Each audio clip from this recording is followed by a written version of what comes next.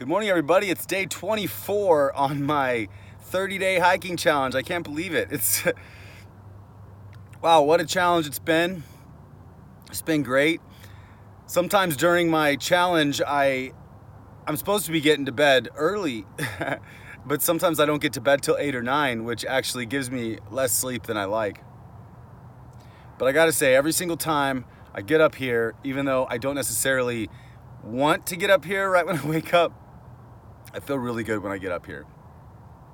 So I hope you guys are all having an excellent day. The sun is up here in Phoenix, and this week has been incredible. This whole month has actually been quite incredible. Actually, the new month has just started, obviously. And tomorrow's the 4th of July. Happy Independence Day, everybody. It's coming up. I was thinking about bringing my harmonica up here tomorrow morning and playing the Star Spangled Banner for you on the mountain. If you guys would like that, let me know. I also want to ask you a question. I'm developing some training programs right now, and I wanted to ask all of you who want to comment about what your favorite one of these three is, what you want to see me produce next. I have a couple things coming, but I wanted to just run by a little survey with you guys, see what you want to see me do next, because I'm making a lot of content, so might as well make stuff that you guys want me to make. Whoa, hello, come on, tripod. Oh, this tripod sometimes. All right, so here's my questions for you. The three projects I have that I'm thinking about, the first one is how to write your book. The second one is how to make your movie, your first movie, and the third one is how to build your YouTube channel. So all three of those are things that I'd like to make training courses on, because I want to help everybody do what they want to do. And those are three ways that you can get your ideas out there. Those are three ways that you can share your gold. You can create gold with those ways, and you can share your gold, and you can dig that gold out of your mind, because all three of those things are things that come from you and your experiences. So those are the things that I like to develop, and I've done them all, and now I'd like to share my knowledge with you. So let me know which one of those three is interesting to you, if any of them. And if none of those are interesting to you, tell me what you would want me to talk to you about. And I know food foresting, yes, and moringa. I do want to do a whole series on moringa. Right now I'm trying to get my skills packaged. I have a whole bunch of stuff up about moringa already, so people can understand how to do that from the training that I already have. But if there's anything else you want to know about moringa or food forests, please let me know that too, so I could put that in my list of what you want and then get to it at some point. So today's been great. I want to talk a little bit today about limiting beliefs. Because do you remember on Princess Bride, when he had the little dude was at the table with Wesley, and they were doing the cups, and they were like, he was trying to see which one had the poison in it? Inconceivable. The reason I mentioned that was because, at the end, what happened, or at the end of that scene, what happened was they both drank the cups, and he thought he had won because he was a smart guy, but Wesley had put the poison in both cups because Wesley was immune to the poison. He had become immune to the poison. So here's what I'm asking right now I want to mention right now, having limiting beliefs, even limiting beliefs, weaknesses, and fears that you don't know you have. Think about that. So even having limiting beliefs, fears, weaknesses, or blind spots, which are blind spots for a reason because we don't even know they're there, but they're there. It's like drinking poison. It's like making yourself a fresh cup of poison and just drinking it. So every day, limiting beliefs stop you. Limiting beliefs will destroy your dreams. They will jade you. They will take you down. And I've had my fair share. In fact, I still have some. I pray every morning for God to reveal my limiting weaknesses, fears, and blind spots. And I also pray that when they become revealed, that I'm okay to hear them, that I can accept them. Because a lot of times when people reveal your hidden weaknesses, blind spots, and fears, you don't want to hear it. It's something, first off, we don't necessarily, maybe we know we have it, but it's something we want to protect. Sometimes we want to protect our fears. We want to protect our weaknesses, because here's the crazy thing. Weaknesses, sometimes people protect their weaknesses and fears because that gives them a sense of control. It's an unconscious sense of control. They don't necessarily consciously realize they're doing it, or me, or we, or whatever. But what happens is we are controlling the situation and protecting ourselves in the only way we know how, sometimes. And that is protecting ourselves with the ruts that we are able to fall in, because we know we can control a rut. We know we can control a depression. Well, we think we can. The problem is it starts snowballing out of our control, and then it becomes a habitual pattern because it's just something programmed in our subconscious, and we don't know why we're going through the same cycle over and over and over again. Why we just can't seem to like our job. We really want to, but we just can't seem to like it. We just can't seem to like our spouse right now. We just can't seem to like them. Man, I really want to like you, but I don't know why I don't like you right now. It's like there's just so many things sometimes that are hidden from us that sometimes we choose to grasp and hold on to. And the hidden things are what stops us. Those hidden things, if we don't choose to have those revealed, if we choose to allow them to stay hidden because it's easier not to look at the realness, then we're gonna hold ourselves back. It's like drinking a cup of poison every single day until we reveal these things to ourselves and do something it takes to change it. There have been a few times though, because this is a little slippery slope really, when you start asking for fears, blind spots, and weaknesses to be revealed to you daily, because when you seek, you find. This is definitely a growth process. This is a learning experience. It's a personal development experience, asking for these things. But once you start asking, you're gonna get the answers.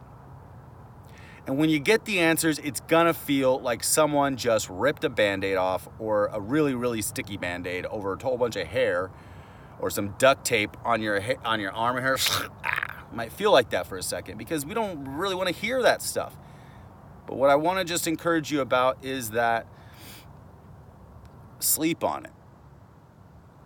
And then when you sleep on it and you wake up in the morning, hey there, how's it going? You might have a different perspective, because sleeping reorganizes things, like a little quick defrag process for your brain. So I would encourage you to sleep on it and wake up and say, hey, are these my real fears? Are these my real weaknesses? Are these my real blind spots? Because if they are, I want to address them. Then you got to start asking yourself, how do you address these points and these topics? And you're going to find your answers if you continually ask the questions. Really, we don't have to answer all the questions right now. We just have to ask the right questions, and then the answers will be revealed. So I don't want you to be drinking poison. I want you to be drinking healthy water, the lifeblood of life, the thing that gives you energy. And that is what we do when we change our limiting beliefs to empowering beliefs. And this is what the Golden Paradigm Shift Workshop is all about. And I did just publish that book. It's on Amazon right now, but that is a course book, because I'm working on the workbook right now, and then I'm building the other courses. But if you want to check out the first chapter, you can read it on Amazon without buying it. You could read the first 14 pages or something. But here's what I want to mention. Hey there. Hi. What's up? Is the Golden Paradigm Shift process is a process that I created to not just switch off our limiting beliefs. Because there's two things we can do. We can either just switch it off, or we can uninstall it, dissolve it, and reinstall something in its place. And so that's what the Golden Paradigm Shift Workshop is, because it's about how to uninstall this stuff, not just turn the switch off. Because if we turn the switch off of these limiting beliefs, it could stay off for a handful of years. It could stay off for 10, 20, 30 years. But then it could get flipped back on when you least expect it. So I would rather than just flip a switch off. If you don't want that habit or pattern or blind spot or weakness, We need to uninstall it, and then we need to ask ourselves, do the process, the golden paradigm shift process. We need to ask yourself, what's the empowering opposite of this limiting belief? The actual opposite of my limiting belief. And it may seem like a lie to you right now, but what you want is you want to take the exact opposite of your limiting belief, your new empowering paradigm, and you want to install that instead. And sometimes when the way we can identify some of these limiting beliefs is by remembering our past, going back, journal every day, and ask yourself, what are the reasons I think this way? If I'm in a pattern and I don't know what my limiting belief is, ask yourself, what are the reasons that I'm living my life right now like this, that I'm in these patterns? And then look back and ask yourself, what were the moments that made you think that? There was a moment at some point, and there was usually something that happened right before that moment. It's called the moment before. And I want you to think about this, because the moment before something happened that's traumatic in your life, that caused a programming that now you play into a cycle.